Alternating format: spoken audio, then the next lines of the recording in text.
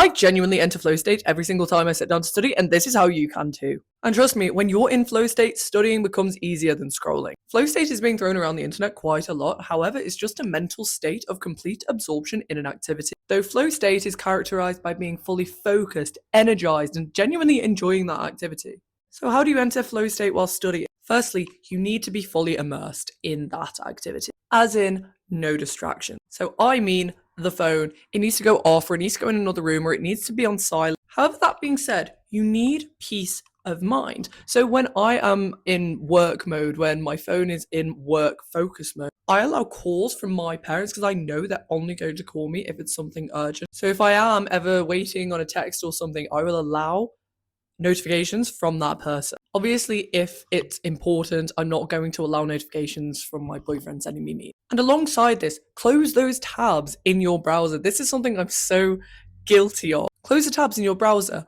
or just open a new browser. And look, I see you being sneaky, me like, oh, I need my phone for Spotify. No, you don't. Connect your headphones to your laptop. Remove all distractions. Next up, you need to dopamine load. This is also being thrown around the internet quite a lot, but the point is that you deprive yourself of these short hits of dopamine earlier on in the day. Imagine sleep as almost like a dopamine reset. This is why some of the most locked in people say that they focus best in the morning. It's because they haven't been conditioned yet to rely on those short hits of dopamine that you get from scrolling throughout the day. Because imagine you've been on your phone for an hour, transitioning from that to studying, which is very low dopamine activity, or a very delayed gratification. That is not how you describe it. It's an activity that gives you delayed gratification rather than instant gratification. And that will be very hard to focus on when you have conditioned your brain to like scrolling and like these short dopamine hits, and it will be very hard to make that transition. So deprive yourself of social media until your studying is done for the day. And that means do not go on your phone first thing in the morning. And I am so guilty of this because sometimes I'm like, oh, just 5 minutes, and I have to be stern with myself. And finally, mix it